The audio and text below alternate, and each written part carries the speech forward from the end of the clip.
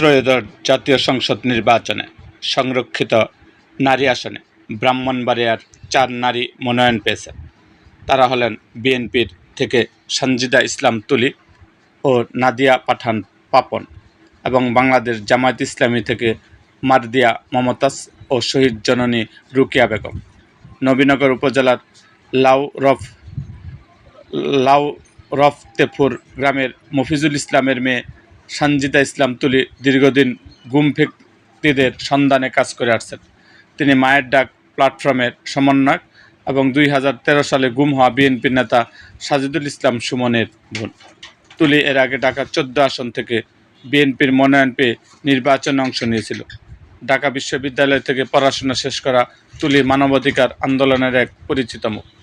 বিজয়নগর উপজেলার চান্দুরা গ্রামের মরহুম আনোয়ার হোসেনের মেয়ে নাদিয়া পাঠান পাপন ছাত্র রাজনীতি থেকেই সক্রিয়।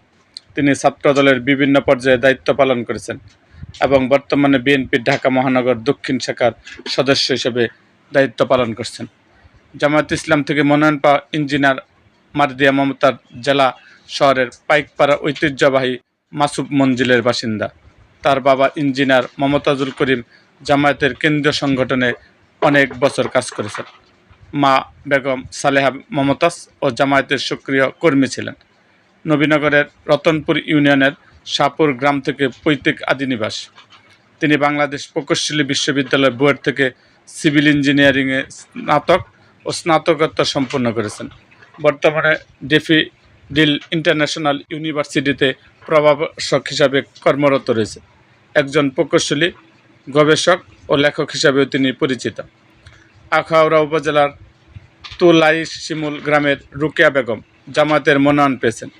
তিনি শহীদ শিশু জাবির ইব্রাহিমের মা। বৈষম্যবিরোধী ছাত্র আন্দোলনের সময় পুলিশের গুলিতে তার সন্তান নিহত হওয়ার ঘটনা দেশব্যাপী আলোড়ন সৃষ্টি করে। সেই প্রেক্ষাপটে তাকে সংরক্ষিত নারী আসনে মনোনয়ন দেওয়া হয়েছে।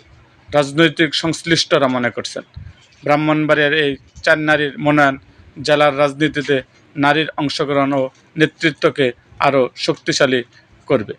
এরকম আরও ভিডিও পেতে এবং রাজনৈতিক অঙ্গনে নানা ঘটনা ও ইতিহাস জানতে আমাদের মুক্তাগাছার ইতিহাস মিডিয়া ইউটিউব চ্যানেলটিকে সাবস্ক্রাইব করুন এবং পাশে থাকা বেল আইকনটি বাজিয়ে দিন।